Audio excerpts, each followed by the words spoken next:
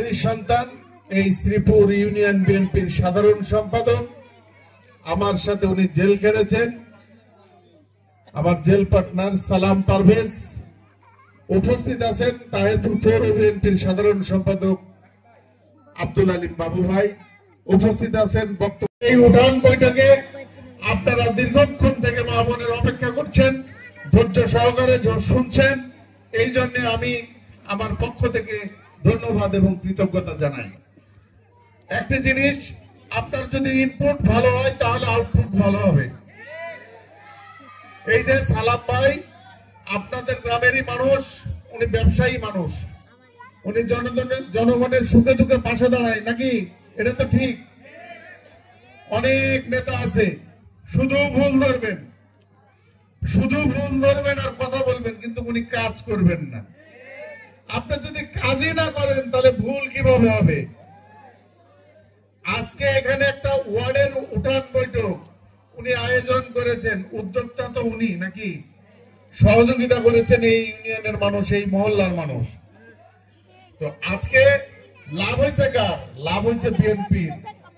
কারণ আজকে বাংলাদেশে ষড়যন্ত্র চলছে আগামী নির্বাচন নিয়ে, আজকে আগামী বাংলাদেশের গণতন্ত্র নিয়ে ষড়যন্ত্র চলছে। মা বোনেরা আপনাদেরকে সাবধান হতে হবে। জিয়া পরিবার, শহীদ প্রেসিডেন্ট জিয়াউর রহমান বাংলাদেশের রণাঙ্গনের মুক্তিযোদ্ধা, বাংলাদেশ সৃষ্টিতে বাংলাদেশের মুক্তিযুদ্ধের নেতৃত্ব দিয়ে বাংলাদেশ স্বাধীন করেছেন। আমাদের প্রিয় নেত্রী দেশ নেত্রী বেগম খালেদা জিয়া আপনাদের ভোটে প্রধানমন্ত্রী হয়েছিলেন। গত 17 বছরে বাংলাদেশের দুর্নীতি, অনিয়ম, ক্ষমতার অপব্যবহার, গুম, খুন, মামলা, অন্যায়, অবিচার আপনারা দেখেছেন। তার থেকে কিন্তু সকলে আমরা পরিশ্রম করে উত্তরণ হয়েছি। প্রিয় ভাই ও বোনেরা, আপনাদেরকে সতর্ক থাকতে হবে।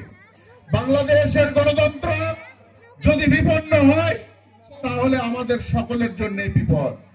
এই জিয়া পরিবার বাংলাদেশে দুর্নীতি করেনি, জিয়া পরিবার সৎ মানুষের রাজনীতি করে। আমরা বাংলাদেশে সেই রাজনীতিটা আবার ফিরিয়ে আনতে চাই। এখানে আরেকজন উপস্থিত আছেন, জাকির, পরে আসছে বলা হয়নি, মাদারীগঞ্জ সাবেক স্পিকার, বিএনপি নেতা।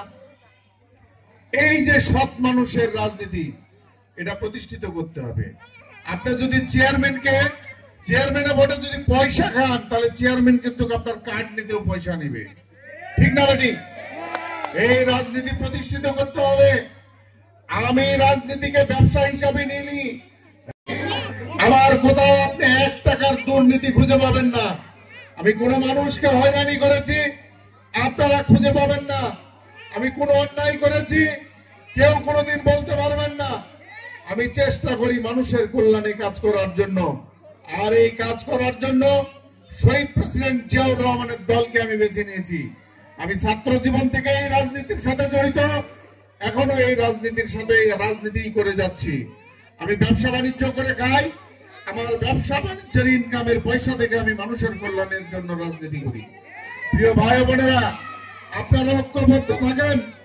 আল্লাহ যদি ধানের শীষ আমার হাতে দেয়, আপনারা যদি আমাকে ভোট দেন, বাগমারাতে কোন চাঁদাবাজির রাজনীতি থাকবে না, কোন মাস্তানি থাকবে না, কোন কাজ করতে পয়সা লাগবে না, কোন দুর্নীতি থাকবে না। যে মানুষ স্বপ্ন দেখে আগামীর বাংলাদেশ হবে সততার বাংলাদেশ, আগামীর বাংলাদেশ হবে ইনসাফের বাংলাদেশ, ন্যায় ভিত্তিক বাংলাদেশ, আইনের বাংলাদেশ, সেটাই আমরা প্রতিষ্ঠিত করব ইনশাল্লাহ। প্রিয় ভাই বোনেরা, আপনারা আরো বলি, আজকে কিন্তু আপনাদের বাড়ি বাড়ি গিয়ে আপনাদেরকে মিথ্যা তথ্য দেওয়া হচ্ছে। সৎ মানুষ হওয়ার জন্য কোন পোশাক পরিধান করতে হয় না। আপনার প্রতিবেশী আপনাকে সাক্ষী দিবে আপনার সৎ মানুষ কিনা। দিল্লির মানুষ আপনাকে সাক্ষী দিয়ে আপনাকে সৎ মানুষ বলতে পারবে না। আপনার প্রতিবেশী আপনাকে বলবেন যে আপনি ভালো মানুষ কিনা, আপনার এলাকার মানুষ বলবেন আপনি সৎ মানুষ কিনা।